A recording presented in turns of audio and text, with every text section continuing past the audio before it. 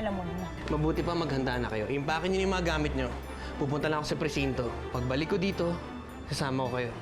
Tapos ililipat ko kayo sa mas ligtas na lugar.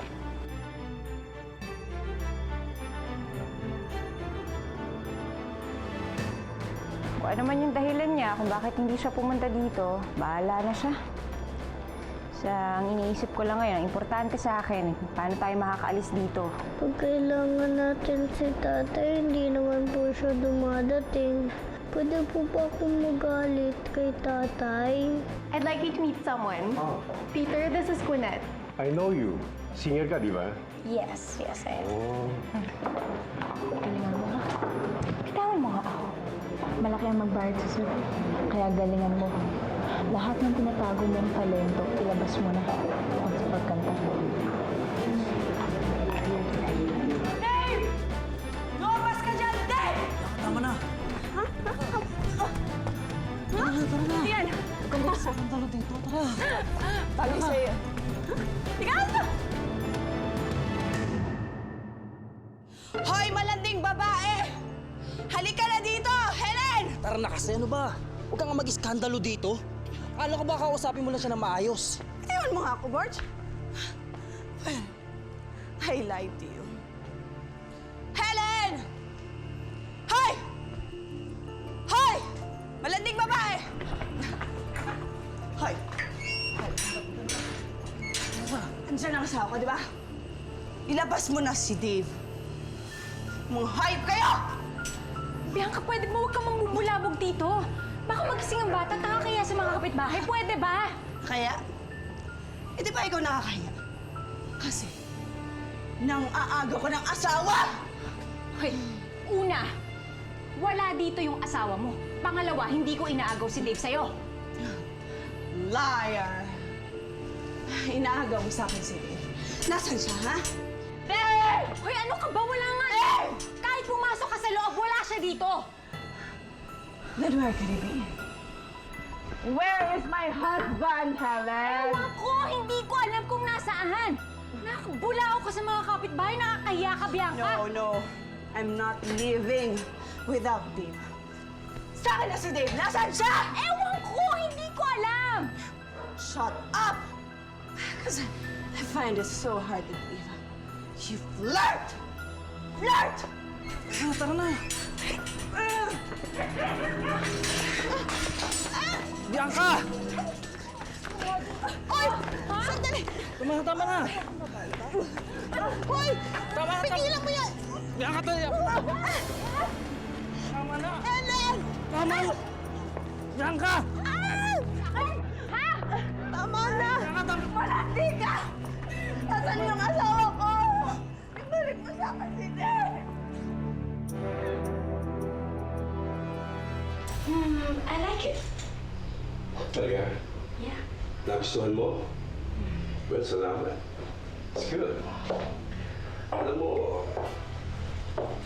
I'd like to introduce an album of my composition. Would you be interested to sing them? Well, that depends on the price. Just kidding. But you know, your songs are good and very sexy naman yung tono, so it's very me. Why not? And after that album, pwede rin kitang i-produce ng concert. Ipabalsa kung gusto mo, kahit saan gusto. Really? Oo. Yeah, that would be great. Excuse me. Kaya kong gawin para sa'yo. Lahat. Hey! Can you not? Let's talk about this over lunch, not now. I agree. But for now, let us concentrate on us. Itawa mo ako! Ah! Hayop ka! Ah! Umalis ka! Ah! Ah! Ah! Kapitana, siya yung unang nanugod eh. Siya yung nanakit eh. Kaya nga ako humingi ng dispensa sa'yo eh. Pasensya mo na sana to si Bianca, lasing lang kasi. I'm not drunk. I know what I'm doing, George. At hindi ka dapat nagpapasensya sa bayan yan, ha? Ha? Dalawang beses na ho ginawa yan eh. Yung una nga, pinalampas ko pa eh. Hindi ako nagreklamo sa inyo eh. Eh bakit nga ba siya napasugod sa inyo, Helen? Kasi inaagaw niyo ang asawa ko. Yan yung babae na lang. Landi! Landi ka! Totoo ba yun, Helen? Hindi ho.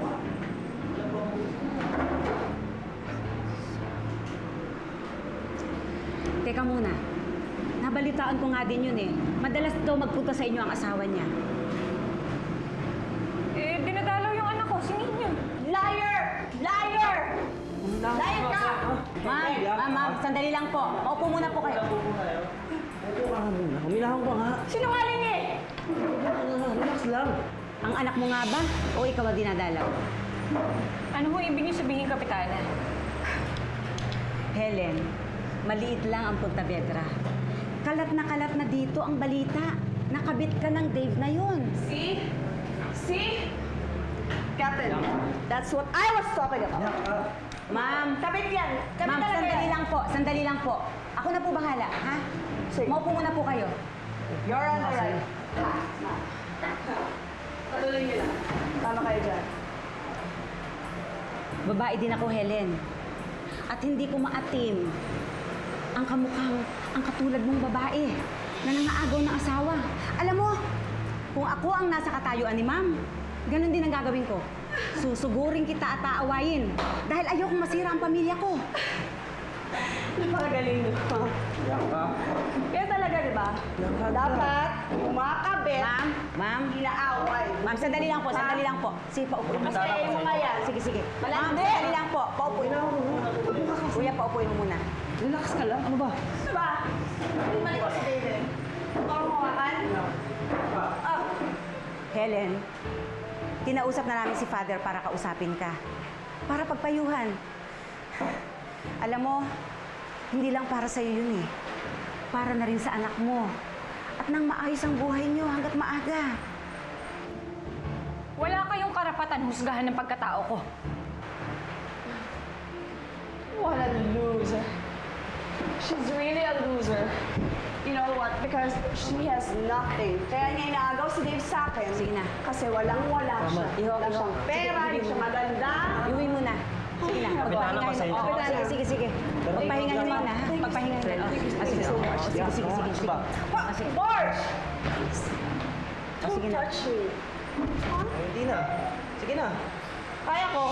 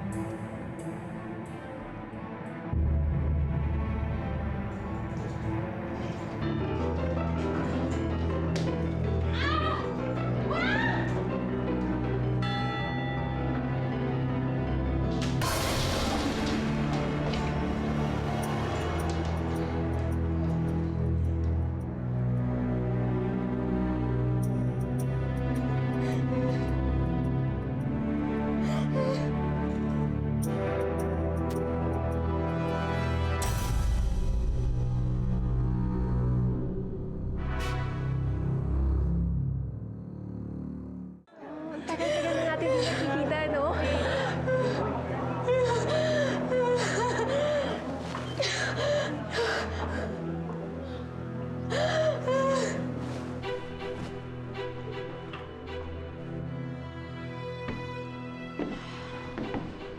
Oh, ano sabi sa barangay? Pahiya ako na eh. Ako na nga yung nagreklamo. Sa akin pa nila binagsak lahat ng sisi. Dahil kabit daw ako. Ano? Sinabi nila yon? Teka't malilinti ka sa... Nay, wag na. Hayaan niyo na yung mga yun. Kainis. Isa lang naman ang taong kilala kong mahilig mag-chismis ng ganyan eh. Si Rosing. Sana pinagtanggol mo yung sarili mo. Hindi ka naman ganong klaseng babae, ano? Yun na nga ho yung ginawa ko eh. Pinagtanggol ko yung sarili ko. Pero may nakinig ba? Wala. Gikitid ng mga utak ng mga tao na nandito eh. Kahit anong sabihin ko, kahit anong paliwanag ko, sira na talaga tingin nila sa akin. Wala na talaga akong choice na eh. Kailangan ko na talaga sigurong umalis. Alam niyo, napamahal na sa akin tong lugar na to eh. Tsaka nagpapasalamat din ako sa inyo dahil kinupkup niyo kami. Pero siguro, pagkakataon na rin na nagsasabi na kailangan ko na rin bumalik sa pamilya ko. Siguro nga. Pero may Angge, naisip ko lang, kung wala siya dito at hindi siya umuwi kay Bianca, nasaan si Dave?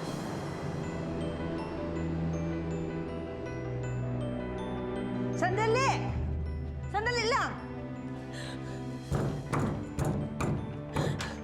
Sandali! Winit, ano na namang gimmick ito, ha?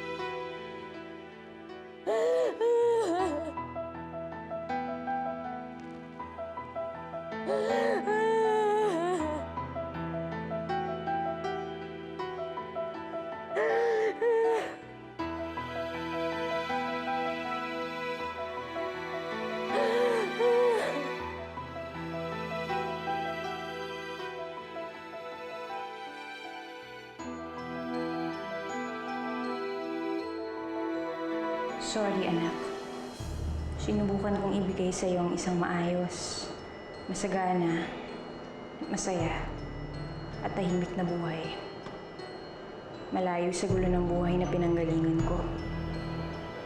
Pero nagkamali ako.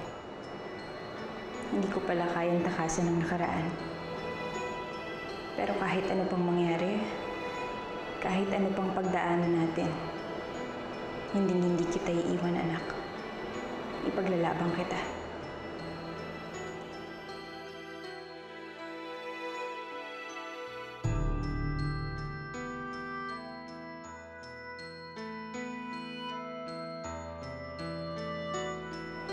Ate, isama mo na lang ako. Ayoko maiwan. Paula, hindi pwede. Pagdating ko, pangako, ipapaliwanag ko sa inyo lahat ng nangyari. Sa ngayon, kailangan ko lang talagang sumama sa kanila.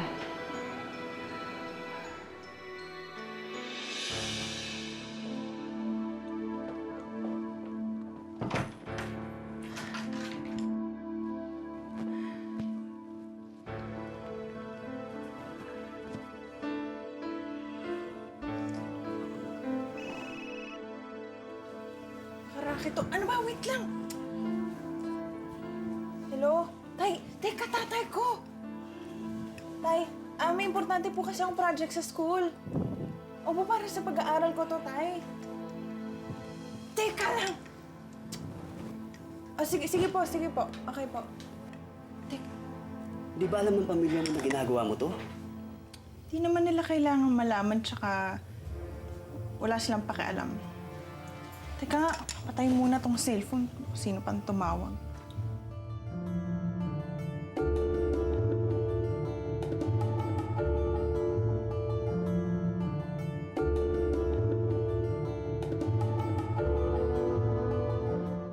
Lola Ge, kailan ba tayo alis dito? Aba, pag nabenta na tong bahay ko. Pagbibenta na po tong bahay mo? Magkakapera ka na? Oo naman. Lilibre niyo po kami. Siyempre naman, pati yung nanay mo. Saan naman po tayo titira pagkatapos? Doon sa pinsan ko sa Maynila. Sa Maynila? Malayo po ba yun? Naku, malayong malayo. Kung malayo yun, Lola Ge, paano naman tayo masusundan ni tatay doon? Hindi ka nagalit kay tatay? Lola Ge, kahapon na po yun. Hindi na ngayon. Nay, pwede na po ba ulit tawagan si tatay?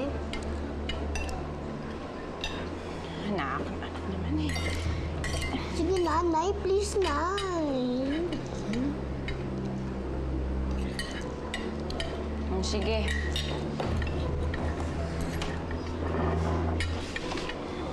Kain ka lang, ha?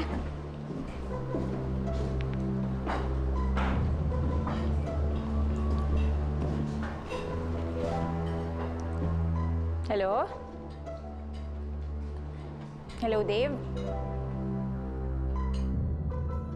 Helen, Sino to? kung sabing nakalimutan mo na ang boses ko, Lester? sabi ko na hindi mo makakalimutan. Oh, bakit tahimik ka dyan? Wala ka bang ibang sasabihin? Sakit naman nun. Tayo magkausap ba hinahanap mo? Sinabi ko naman sa'yo, di ba? Hindi pa tayo tapos. Babalik at babalik ako. Abangan mo ulit. Magkikita pa tayo. Hello? Hello, Lester? Sino yun, Helen? Ano yun? May nangyari masama kay Dave. Ano daw? Nasaan siya? Ano nangyari? Hindi ko alam. Bakit, Nay?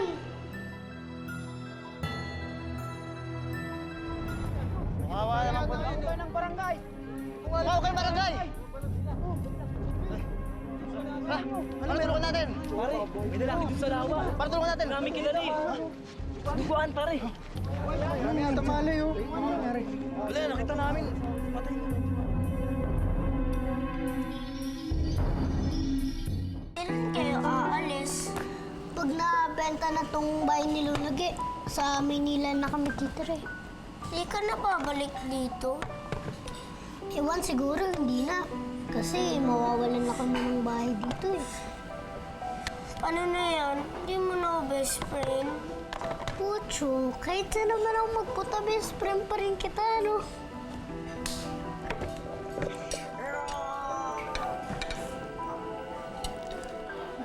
Ano na yan, Helen?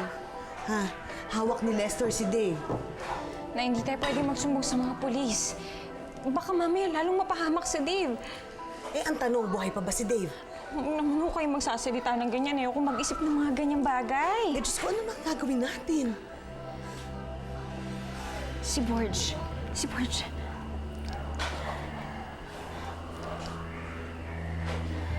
O ano? Cannot be reached eh.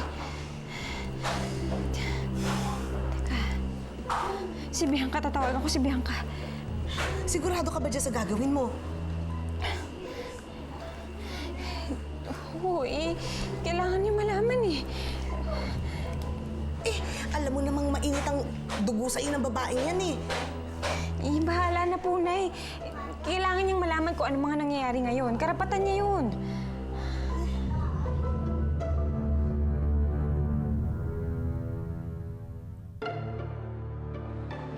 Ano bang nangyari sa'yo kagabi, Bianca? Ewan ko. I don't remember.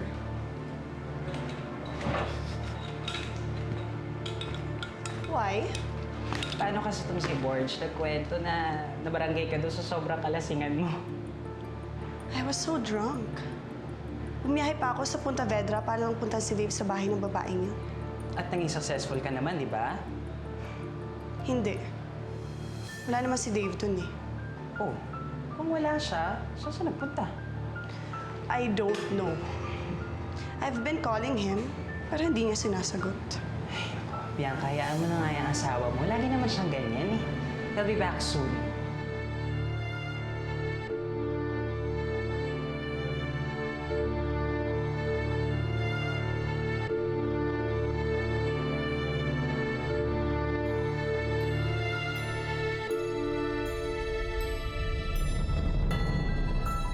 I really hope he does come back to me. At hindi sa babae niya. Yung dati pa ring number. Magkano? 100. Sige, salamat ah. Dating na yan.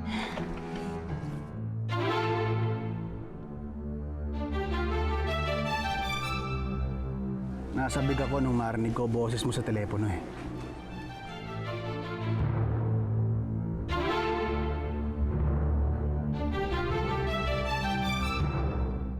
Hindi kita papatawarin sa ginawa mo na pagkalat ng mga hubad na litrato ng anak ko.